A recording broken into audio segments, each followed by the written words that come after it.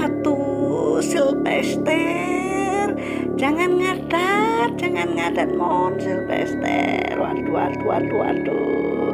Jangan patuk-patuk Sylvester. Ayo jalan lagi. Aduh, kok malah berhenti. Aduh. Jono tampak kelimpungan ketika tiba-tiba Sylvester, sepeda motor kesayangannya, batuk-batuk langsung ngadat. Padahal sekarang dia sedang menempuh perjalanan di tengah hutan. Malam sudah larut sekali saat ini, kira-kira sudah pukul 1 dini hari. Di jalan ini tak ada lagi orang yang akan lewat. Jangankan malam-malam begini, sementara siang hari saja orang-orang akan jarang sekali terlihat melintas di jalan ini. Sebab jalan yang sekarang sedang dilalui oleh Jono adalah jalan menuju arah ke perkampungan. Jalan yang amatlah seram, tak ada lampu penerangan, kiri kanannya adalah hutan. Bukan pula hutan yang terdiri dari kayu-kayu kecil, melainkan kayu-kayu besar. Dan jauhnya mencapai 4 kilometer. Bagaimana Jono tidak menggidik saat ini? Sementara Jono tidak pula membawa senter. Ya, gelap-gelapan total lah Jono sekarang. Di langit pun tak ada pula cahaya rembulan. Jono sebenarnya tak pernah punya rencana akan melintas di jalan ini pada malam-malam seperti sekarang ini. Tadinya Jono berasal dari kebunnya.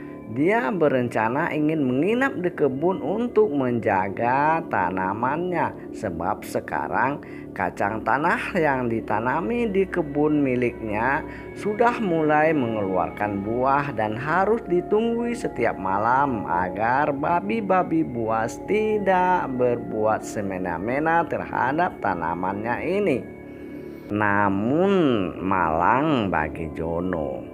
Setelah tengah malam ketika dia ingin membakar rokok, mencis satu-satu kepunyaannya habis pula lah minyaknya. Jono tidak mungkin menahan rokok hingga pagi tiba.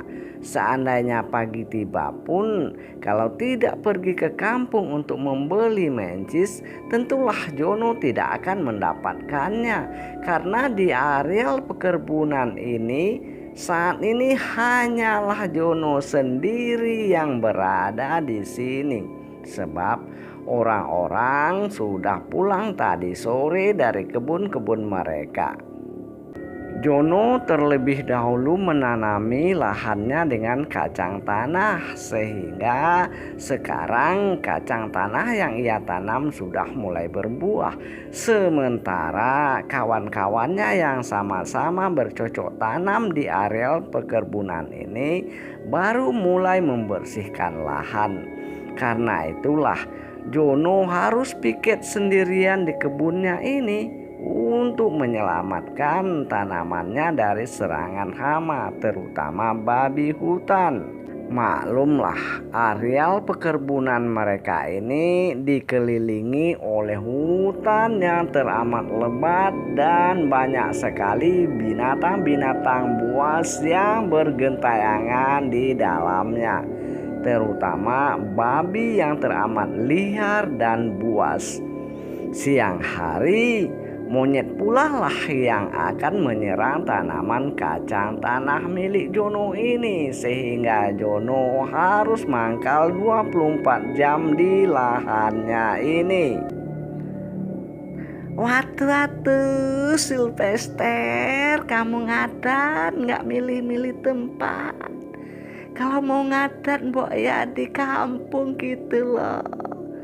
Ini malah ngadat di tengah hutan, malam-malam pula lagi. Waduh, nasib dorong motor. Aduh, 4 kilo bro. Aduh Sylvester. Mau tak mau, suka tak suka, Jono terpaksa mendorong Sylvester, nama motor kesayangannya itu, di tengah malam buta. Jalan yang akan dilalui bukan pula lah jalan aspal, melainkan jalan berbatu berlobang. Ya, malang nasibmu, Jono.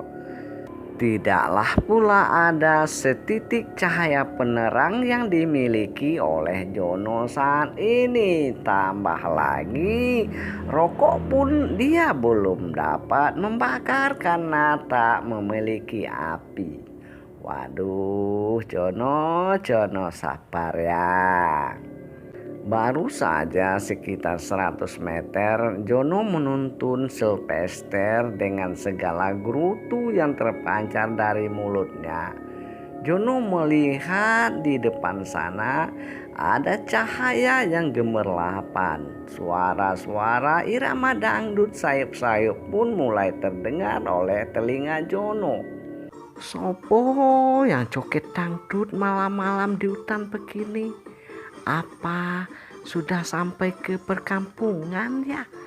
Rasa-rasanya masih di tengah hutan ini.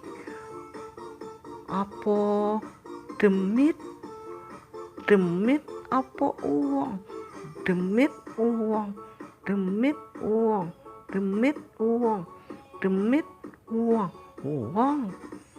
Coba lagi, coba. Uang demit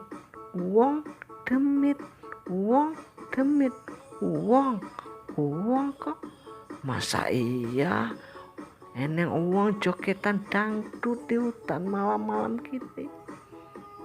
Jono bingung sekali mendengar irama dangdut yang amat asik sekali dari depan sana. Lampu-lampu pun gemerlap sekali. Jono akhirnya terus saja mendorong Sylvester, si sepeda motor kesayangannya itu, berlahan-lahan menuju arah suara dangdut yang makin lama makin terasa nyaring.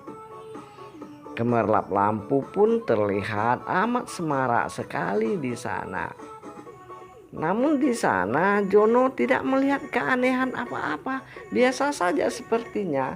Orang-orang pun banyak sekali berjoget di atas pentas yang disediakan di sana. Tanpa disadarinya, Jono pun menghentikan langkahnya di depan orang-orang yang sedang menikmati irama dangdut itu.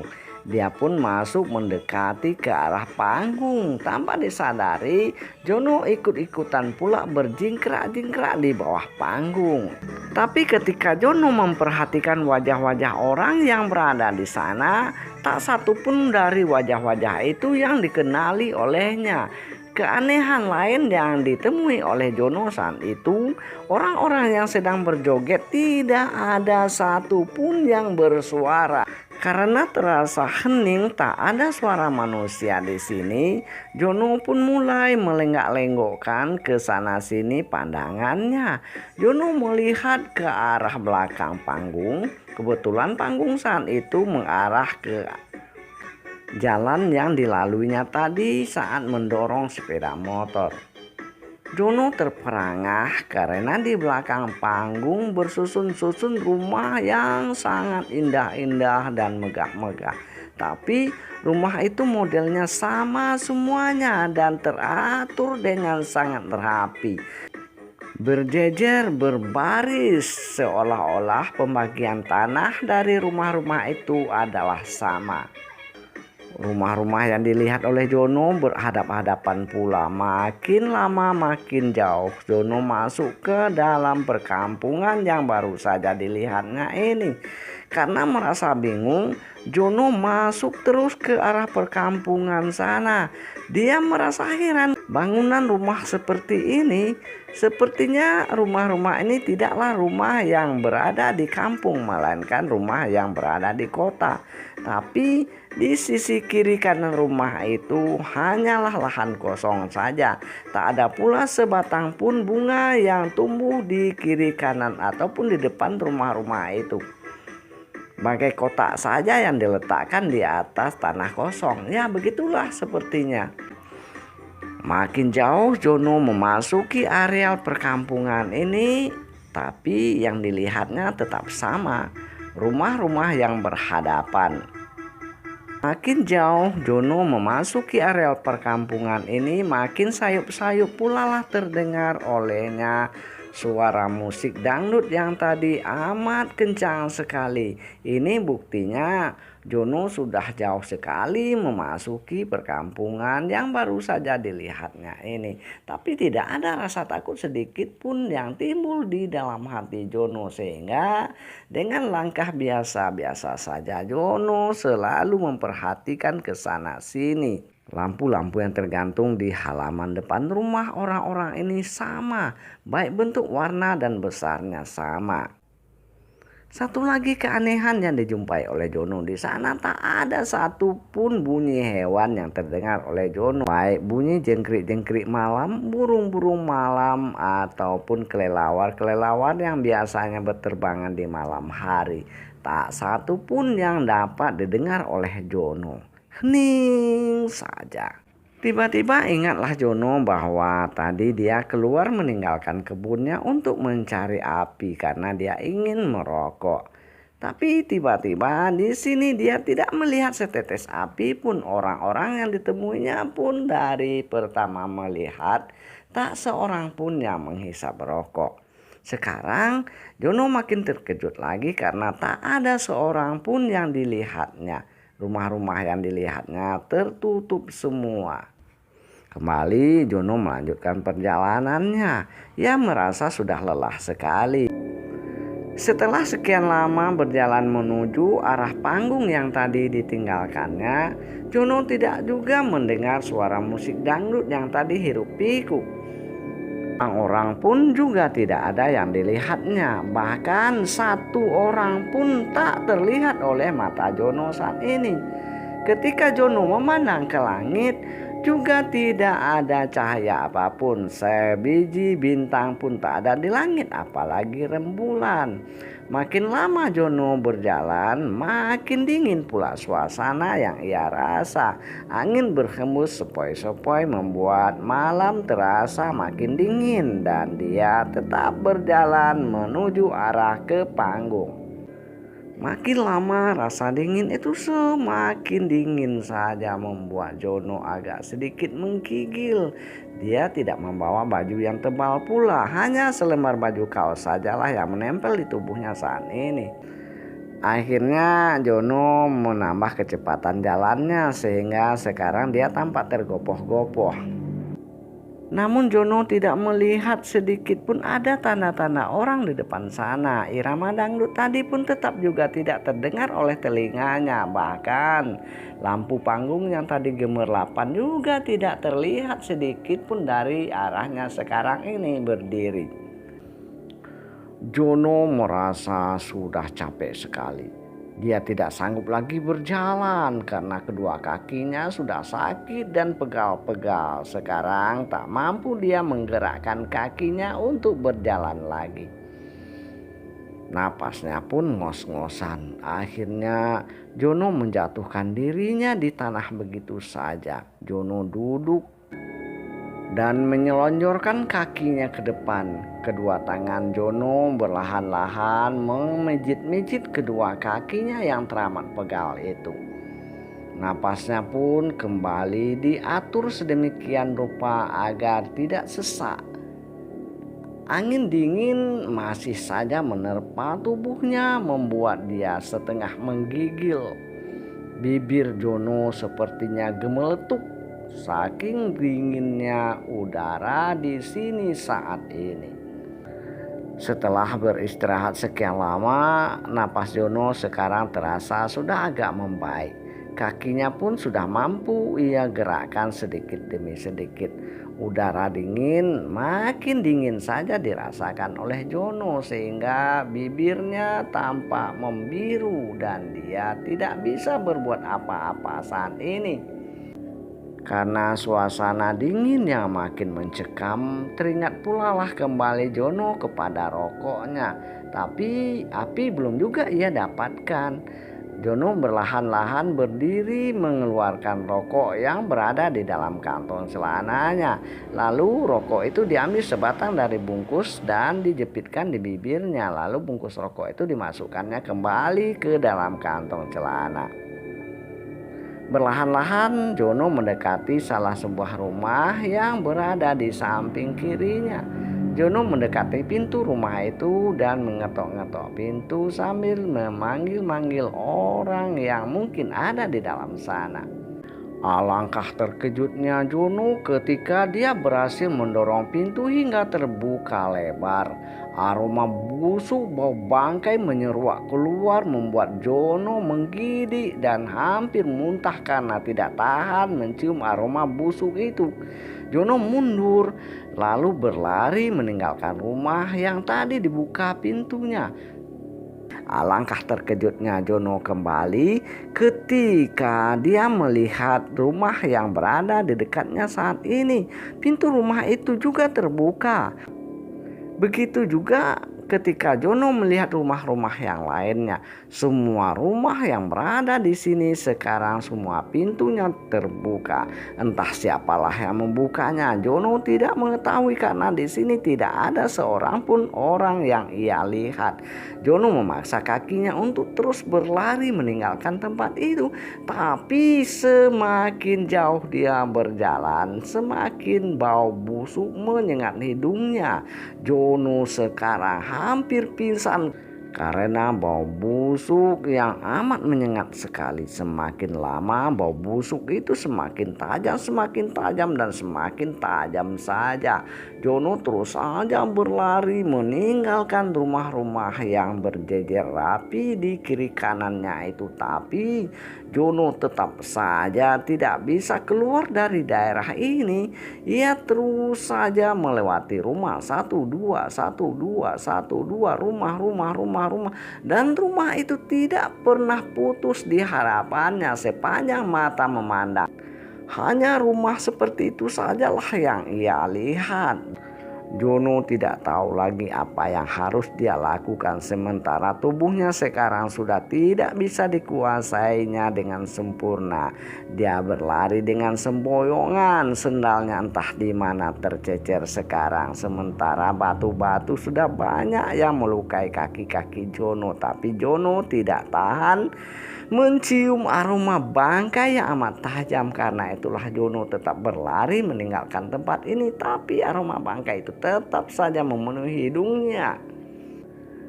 Darah kaki Jono mulai berceceran di tanah saat ini. Tapi Jono tidak peduli. Dia terus berlari. Tak lagi dirasakannya kaki yang pedih. Kaki Jono yang sekarang tidak beralas itu sudah banyak sekali meneteskan darah di tanah. Namun Jono tidak mempedulikannya. Tekadnya bulat. Selagi dia sanggup berjalan, dia akan tetap saja melangkah meninggalkan tempat ini. Sekarang tubuhnya sudah terasa lemah sekali. Otaknya sudah tak mampu dia pergunakan untuk berpikir. Tapi dia punya tekad untuk tetap berlari. Sehingga Jono terus saja berlari dan akhirnya Jono sudah tidak sanggup menahan sakit di kakinya karena ada sebuah batu runcing yang masuk ke dalam kaki Jono hingga dia tak sanggup lagi menginjakkan kaki yang berlumuran darah itu ke tanah. Allah, Jono tak sadarkan diri dan tergeletak di tanah saat ini. Jono merasa kakinya amat pedih. Lututnya pegal, pahanya pegal, punggungnya terasa sakit. Dia coba membuka mata. Jono terkejut karena di atasnya sekarang sudah ada matahari yang menyinarinya di sela-sela daun pohon. Jono duduk lalu membuka bajunya. Lalu baju itu dibelah menjadi dua dan dibalutkan kepada kedua kakinya yang pedih karena tertusuk oleh batu-batu saat berlari tadi malam. Perlahan-lahan Jono teringat dengan kejadian tadi malam. Dia sangat terkejut sekali karena seingat Jono tadi malam dia tergeletak di depan rumah yang sangat indah dan sama bentuknya. Jumlahnya pun tidaklah sedikit. Tapi sekarang ternyata Jono tergeletak di dalam hutan yang sangat rimbun sekali. Apa yang menimpaku semalam ya Allah? Kata Jono sambil beranjak bangun dan berjalan menuju sepeda motornya. Karena dari tempat dia tergeletak tadi bisa dilihatnya dengan jelas keberadaan Sylvester di pinggiran jalan. Dengan bersusah payah merangkak, akhirnya Jono bisa juga duduk di atas Sylvester, kendaraan kesayangannya itu. Walaupun tadi malam sudah mengulahinya hingga membuat ia celaka. Namun yang bagaimanapun, cuma inilah satu-satu kendaraan miliknya Sylvester. Sekarang yang dipikirkannya bagaimana cara dia akan kembali ke kampung sementara kakinya begini rupa, luka tertusuk-tusuk batu dan berdarah. Sylvester pun sedang ngadat pula. Mudah-mudahan sebentar lagi ada orang yang lewat dan dia bisa mendapatkan pertolongan. Begitulah pikiran Jono saat ini. Iseng-iseng Jono menekan tombol starter milik Sylvester. Sylvester menyala.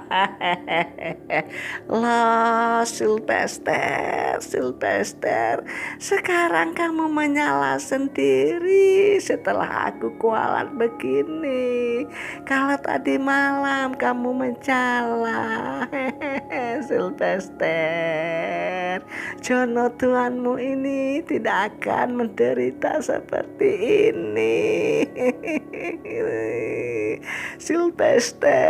Sylvester, kata Jono sambil menarik tombol gas dan melaju meninggalkan hutan yang telah membuat dia nyaris celaka.